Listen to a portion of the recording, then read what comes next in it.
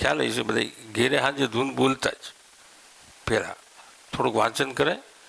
આમ મારા બચપણનો મને ખ્યાલ છે એટલે કહું, થોડુંક વાંચન કરે પછી ધૂન કરે, પછી બધી વિધિ હોઈ જવાનું કે ખાવાનું કે જે હોય બધું આવું થતું. પણ અત્યારે આપણે આમાં તો કરીએ, ઘેરે ન કરીએ તો કાંઈ નહીં, અને ઘેરે કરે તો વધારે સારું. પણ અહીં તો આપણે કરીએ, પ્રેમથી કરીએ, કારણ કે ભજન છે એ પ્રેમથી થાય તો જ ભગવાન સ્વીકારાય છે. ભજન અને કોઈ પણ ભગવાનનું નામ છે એવું નથી કે આ એક જ લેવાનું છે. ભગવાન એક છે, નામ અનેક છે, એટલે અનેક નામમાંથી જે ગમે એ પણ એ કરવા જેવું ખરું, કારણ કે એનાથી જ ફાયદો થાય છે. બીજા બધા ફાયદા છે ને એમાંથી બને છે, ભગવાનના નામથી, એની કૃપાથી, ભગવાનનું ધામ યાદ કરવાથી, ભગવાનના લીલા ચરિત્રો યાદ કરવાથી, એનાથી જ ભગવાનમાં જોડી શકાય છે, એટલે કે જોડાઈ શકાય છે. પછી જેવું માનવું એવું, પણ કરવું તો એમ જોઈએ, કારણ કે જ્યાં સુધી આપણે મહિમા નથી ને ત્યાં સુધી આપણને ગમે નહીં.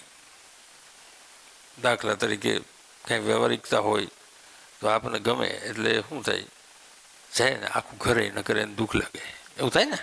આખું ઘર નહીં જાય તો એ કે આપણે નજીક છે, એટલે ભગવાનથી તો બહુ આઘા છે. એ આપણે થોડુંક જોવું, ભગવાનની નજીક રહેવું, કારણ કે આ બધું છે એ ભગવાનના હિસાબથી છે. ગુરુની કૃપાથી આવી સમજણ ઉત્પન્ન થાય છે કે બધા આપણે જીવીએ તો છીએ જ જેમ ફાવે એમ, પણ જેને ગુરુની કૃપા થાય ને એ ભગવાનના સિદ્ધાંત મુજબ જીવી શકે છે, એના હિસાબમાં હાલી શકે છે. બાકી તો મનમાની તો દરેક વ્યક્તિ કરે જ છે, પણ એનાથી આપણને સુખ નથી મળતું ને. સુખ ભગવાનમાં જોડાવવાથી જ પ્રાપ્ત થાય. મનમાં જોડાવવાથી કોઈ દી કોઈને સુખ થયું એવું તો હજી સુધી તો નથી બન્યું. એટલે આપણે એવું કરીએ, સારું છે ભાઈ, આપણે એવું કરીએ કે ભગવાનમાં જોડાઈ અને આપણે સુખી રહીએ, બીજાને સુખી કરીએ. એટલે ભગવાનમાં જ્યાં સુધી જોડાણ નથી ત્યાં સુધી આપણને શાંતિ ના મળે, સુવિધા મળી રહે, પૈસા મળી રહે, ધંધો મળી રહે, નોકરી મળી રહે, પરિવાર મળી રહે, જમીન મળી રહે, એવું બધું થઈ શકે, પણ અંદર શાંતિ ના થાય. જો કે લોકો પાસે કેટલું કેટલું છે પણ અશાંતિ તો છે ને. એટલે અશાંતિ શું કામ છે તો કે મૂળ વાત નથી, જેને લઈને છે ત્યાં આપણે નથી, એટલે જેને લઈને છીએ ને ત્યાં આપણે રહી.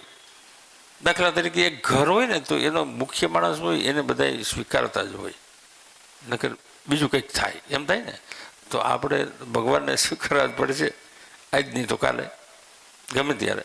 એટલે ભગવાનનું શરણ લેવાઈ જાય તો કામ થઈ જાય, નહીંતર તો એવું છે બધું. અને આપણે અનુભવ કરીએ છીએ, જેને ભગવાનની શરણાગતિ થઈ જાય એને પછી ચિંતા ના રહીએ. એક કામ આપણે કોઈને સોંપી દીધું હોય પછી તો કાંઈ એવું રહેતું નથી ને, એમ આપણે ભગવાનને સોંપી દઈએ. અને ગુરુનું કોઈ પણ, ગુરુ એટલે ભગવાન થાય, પિતૃ એટલે ભગવાન થાય, દેવ એટલે ભગવાન થાય, પણ એ વાતને આપણે સમજી શકતા નથી, વિભાગ કરી નાખ્યા. એટલે દાખલા તરીકે પિતૃનું કહે કે મારા દાદા વાહે કરવું છે, એના દાદા વાહે કરવું, છેલ્લે દાદો કોણ છે? ભગવાન જ છે ને. એટલે ભગવાન અરે જોડાઈ જાય એટલે બધું એમાં આવી જાય છે. જો આપણે વ્યવહારિક રીતે જોઈએ તો પરિવાર છોડી અને મા બાપને છોડીને એવું કંઈ કરવાનું થતું નથી વ્યવહારિક દ્રષ્ટિએ, પણ છતાંય છોડીને વહી જાય છે, ભગવાનને પામી જાય છે. એટલે શું કામે તો કે ભગવાનમાં જોડાઈ ગયા, એટલે ભગવાનમાં બધા આવી જાય. અને આ બધું આપણે અલગ અલગ રાખીએ છીએ, એટલે વાહ સુધી પહોંચતા નથી. એટલે કહેવાનો મતલબ કે ભગવાનનો આશરો નહીં થાય ત્યાં સુધી તો હું નામ જપની વાત કરું છું, બધું કહું જ છું, પણ મૂળ મુદ્દો તો બધું શું કામ કરવું છે તો કે ભગવાન સુધી પહોંચવા માટે. તો માળા કરો તો ભલે, બીજી પૂજા કરતા હોય કે નામ જપ કરતા હોય કે વાંચન કરતા હોય, મૂળ મુદ્દો તો ભગવાન સુધી પહોંચવા, ભગવાનમાં પ્રીતિ કરવા માટેના સાધનો છે.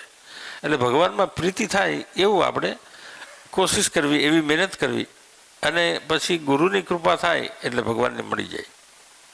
જેને જેને મળ્યા છે એને ગુરુ કૃપાથી જ મળ્યા છે, કોઈ પણને જેને જેને ભગવાનની પ્રાપ્તિ થઈ. એટલે ભગવાન કૃપા કરે એટલે સદગુરુ મળે, સદગુરુ મળે એટલે ભગવાન મળે, એટલે એ છે બે એક. પણ આપણે વિભાગ કરીએ છીએ, એના અલગ અલગ સમજીએ છીએ, એવું નથી. પરમાત્મા તત્વ છે ને, કૃષ્ણ વંદે જગતગુરુ આવું બોલાય છે ને, તો એનો અર્થ જ એ થાય કે એ જગતના ગુરુ છે.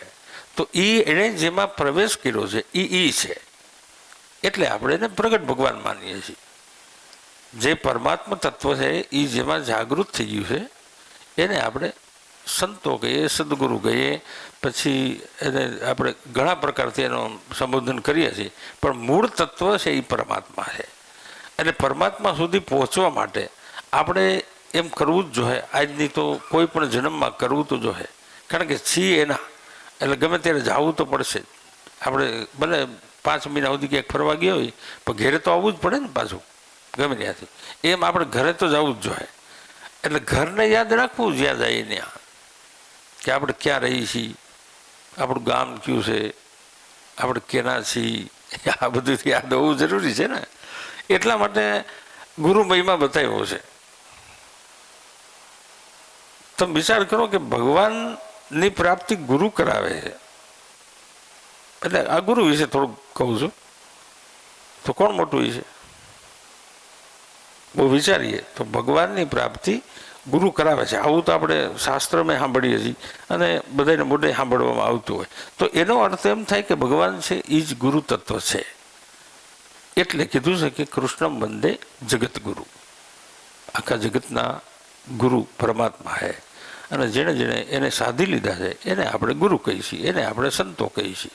હાચે સાધ્યા હોય એના, બીજી બાયણાની વાત નથી. આંતરિક જેને અનુભવ થઈ ગયો છે, મતલબ કે સિદ્ધ થઈ ગયા છે, જે સિદ્ધ દશાને પામે છે એમાં પરમાત્મા જ બોલે. એની દરેક ક્રિયા પરમાત્માના અનુસંધાનમાં જ હોય. એટલે આપણે એનું જુદું લાગી શકે, કારણ કે આપણી બુદ્ધિ ત્યાં સુધી નથી, આપણી પહોંચ ત્યાં સુધી નથી, આપણે ત્યાં છીએ ને એટલે એને કેમ સમજી શકીએ. એટલે એવું બધું બનતું હોય, પણ એમાં એક વિશ્વાસની જરૂર પડે. એટલે શાસ્ત્રો સંતો એમ કહે છે કે આધ્યાત્મિક દ્રષ્ટિએ બુદ્ધિની જરૂર નથી, એમ ભાવની જરૂર છે. એટલે જ્યારે ભાવ થાય છે પરમાત્મા પ્રત્યે ત્યારે બુદ્ધિ બંધ થઈ જાય છે. શું કામ બંધ થઈ જાય છે? કે બુદ્ધિ તત્વ એમાં ભળી શકતું નથી. બુદ્ધિ છે એ બહારની વ્યવહારિકતા છે.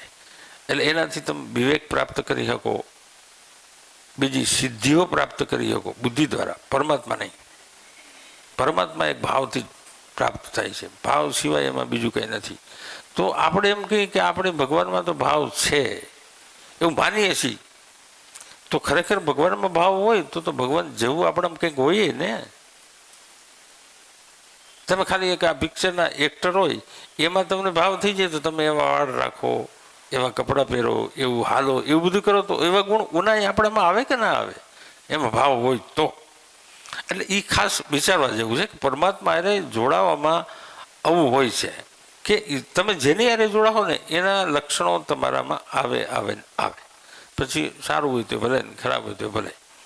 કોઈ જુગાર રમતા હોય 2 મહિના એનો સંગ કરીએ એટલે ગંજી પતાની ખબર તો પડી જ જાય કે આમાં શું આવે છે. એટલું તો જ્ઞાન થઈ જાય, થઈ જાય ને. એમ આપણે ભગવાનમાં જોડાઈએ, સંતોમાં જોડાઈએ તો એવું કંઈક કંઈક તો પ્રાપ્ત થઈ જાય. પણ મતલબ જોડાવવું જરૂરી છે.